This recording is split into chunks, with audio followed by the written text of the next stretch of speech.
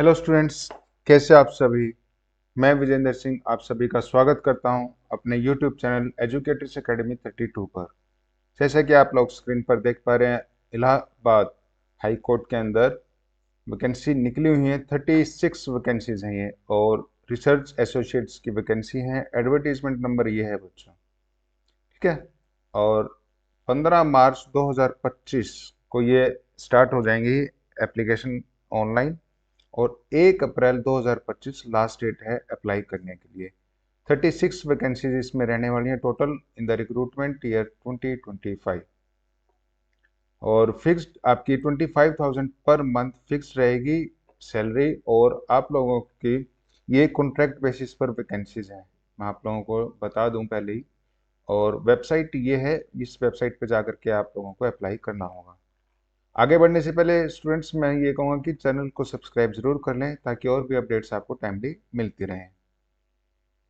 बात करते हैं हाई कोर्ट के अंदर जो ये वैकेंसी निकली है रिसर्च एसोसिएट्स की, 36 पोस्ट हैं। लास्ट डेट इन्होंने 1 अप्रैल 2025 के रात 11:59 बजे तक आप अप्लाई कर सकते हैं, ठीक है। यहाँ पर जो वेटेज मार्क्स मिलेगा वो, कोई ऑब्जेक्शन है किसी बच्चे को रेज कर सकता है, उस चीज़ के लिए डेट दी है। और पब्लिकेशन ऑफ कैंडिडेट शॉर्टलिस्ट जो होंगे स्क्रीनिंग और इंटरव्यू टेस्ट के लिए, वो 27/5/2025 है। एडमिट कार्ड आपका मई 2025 लास्ट में, मई के महीने में आएगा। और date of screening test interview आपकी सेकेंड संडे जुलाई 2025 में आपका रहेगा। डिक्लेरेशन ऑफ फाइनल रिजल्ट आपकी लास्ट वीक ऑफ जुलाई 2025 में ही है। ज्वाइनिंग लेटर इमीडिएट ज्वाइनिंग है आफ्टर रिजल्ट डिक्लेरेशन, ठीक है।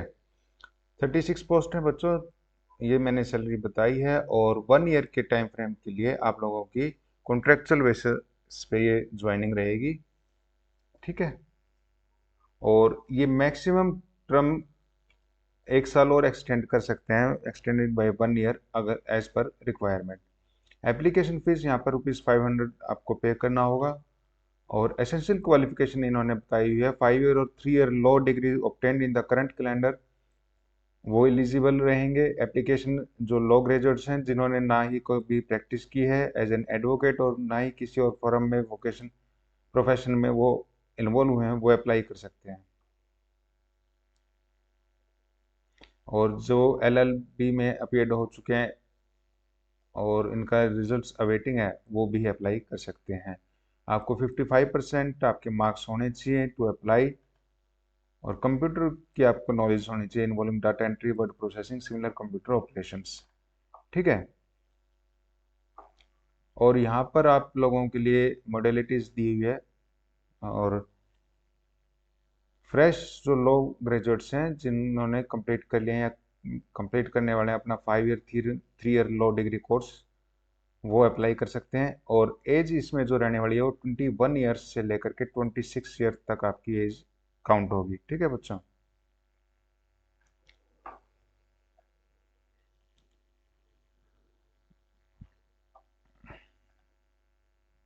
आप लोगों का जो मार्क्स है ना, आपके डिग्री में जो मार्क्स रहेंगे उसकी मार्क्स की वेटेज बनेगी। वो वेटेज के मार्क्स के बेसिस पर आपको फिर फर्दर स्क्रीनिंग टेस्ट के लिए बुलाया जाएगा, फिर आपका इंटरव्यू टेस्ट होगा, ठीक है।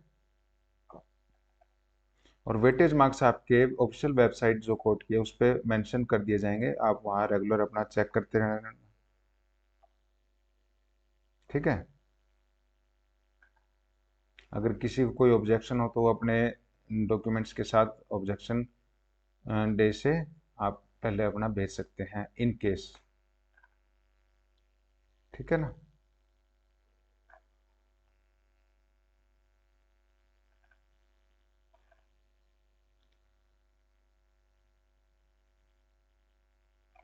अब बात करते हैं यहाँ पर आपकी ये जो फाइनल मेरिट लिस्ट बनेगी ना बच्चों, ये आपके जो एग्रीगेट मार्क्स आप obtain करेंगे, फाइनल वेटेज मार्क्स जो कि आपके स्क्रीनिंग टेस्ट और इंटरव्यू टेस्ट में रहेंगे, उसके बेसिस पर ही आपकी फाइनल मेरिट बनने की ये। और टोटल आपका 100 मार्क्स का सिलेक्शन प्रोसीजर रहेगा, जिसमें कि आपको लैंग्वेज, एकेडमिक, करिकुलर एक्टिविटीज़ का 20% आपको यहाँ पे दिया गया है। स्क्रीनिंग टेस्ट के मार्क्स रहेंगे आपके, इंटरव्यू के आपके 20 मार्क्स रहेंगे। ठीक है बच्चों। अब लैंग्वेज एकेडमिक और को करिकुलर एक्टिविटीज़ जो हैं उसमें आपके क्लास क्लास 10th और क्लास 12th के जो भी जिसमें भी हायर मार्क्स रहेंगे आपके हिंदी सब्जेक्ट में, उस हिसाब से यहाँ पे परसेंटेज वाइज मार्किंग आपको मिलेगी वेटेज। और ऐसे ही इंग्लिश में जिसके भी क्लास 10 या क्लास 12 में जिसमें भी हायर रहेंगे इंग्लिश सब्जेक्ट में, उस हिसाब से यहाँ पर आपको मार्क्स मिलेंगे। एकेडमिक के आपके एलएलबी है 5 ईयर है, तो आपके उस हिसाब से परसेंटेज कितनी रहेगी उस हिसाब से यहाँ पर मार्क्स आपको मिलेंगे। 3 ईयर्स कोर्स के लिए भी यहाँ पे मार्किंग मेंशन इन्होंने की है। और जो आपने अदर को करिकुलर एक्टिविटीज अगर की है कॉलेज यूनिवर्सिटी लेवल पर, मूट कोर्ट पार्टिसिपेशन या पेपर पब्लिश किया है, उसके ब्याह पर भी आपको यहाँ पे मार्किंग मिलेगी। और इसी मार्किंग को टोटल करने के बाद फिर फर्दर आपको स्क्रीनिंग टेस्ट के लिए बुलाया जाएगा। ये मेरिट आपको फिर स्क्रीनिंग टेस्ट और इंटरव्यू के बेसिस पर आगे फर्दर सिलेक्शन होगी। ये वेटेज मार्क्स आपको, ये सभी ऊपर जो मैंने आपसे डिस्कस किए ये वेटेज मार्क्स से ही बेसिस पर आपको स्क्रीनिंग टेस्ट के लिए बुलाया जाएगा। और जो स्क्रीनिंग टेस्ट होगा वो आपका 60 मार्क्स का होगा मैक्सिमम। डिस्क्रिप्टिव क्वेश्चंस होंगे आपके और 1 आवर टाइम इसमें रहेगा। इंटरव्यू आपका 100 मार्क्स का रहेगा जिसकी वेटेज रहेगी 20% ओनली। ठीक है ना बच्चों।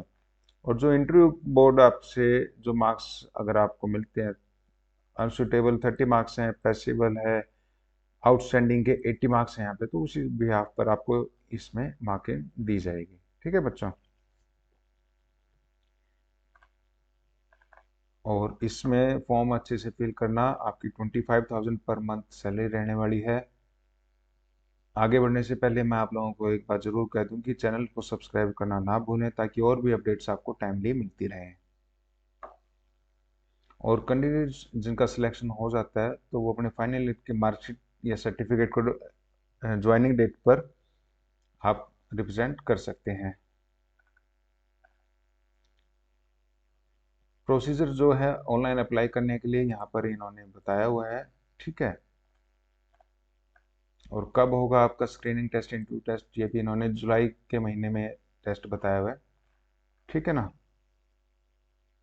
और जो नेचर ऑफ वर्क रहने वाला है वो यहाँ पर इस कॉलम में मेंशन किया हुआ है। इस पीडीएफ फाइल को मैं अपने टेलीग्राम चैनल पर भी शेयर कर दूंगा, आप लोग वहाँ से भी इसको डाउनलोड कर सकते हैं। ठीक है बच्चों।